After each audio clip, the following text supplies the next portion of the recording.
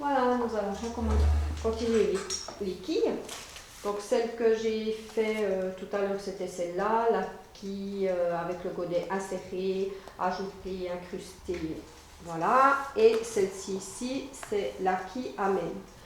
Alors je reprends exactement la même valeur ici de godet. Je vais la partager en deux.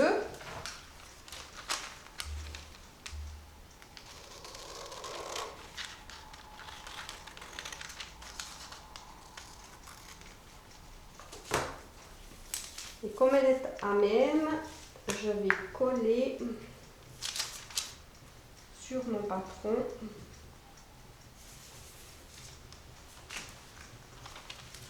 cette quille. Ici, là.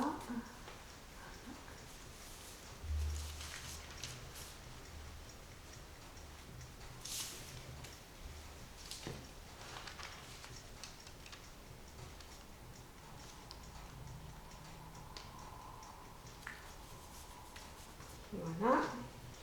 Et ici, on doit coudre avec un petit peu plus de souplesse dans la ligne parce qu'ici, c'est trop difficile de faire cet angle en cousant et ça risque de se déchirer. Donc ici, avec le pistolet,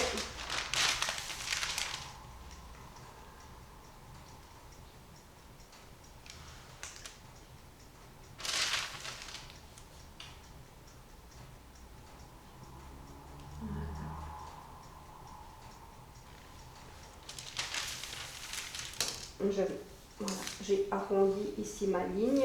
Il faudrait mettre en double pour avoir exactement ici la même forme. Donc ici ensuite on va pouvoir couper et ça c'est la forme de notre quille. Sur votre livre ils vous mettent la valeur qu'on peut tourner, donc on peut aussi très bien tourner en angle droit. Quand on le coud ici, il faut faire attention d'avoir soit très peu de valeur de couture ou alors bien cranter ou faire une couture rabattue parce que ici sinon vous risquez d'avoir pas mal de petits plis. Donc ça c'est un peu délicat après en couture. Mais ça se maîtrise bien, il faut juste avoir un peu de finesse. Donc ça, c'est vraiment les deux types de quilles, celle qui est à même ou celle qui est insérée. Donc là, voilà.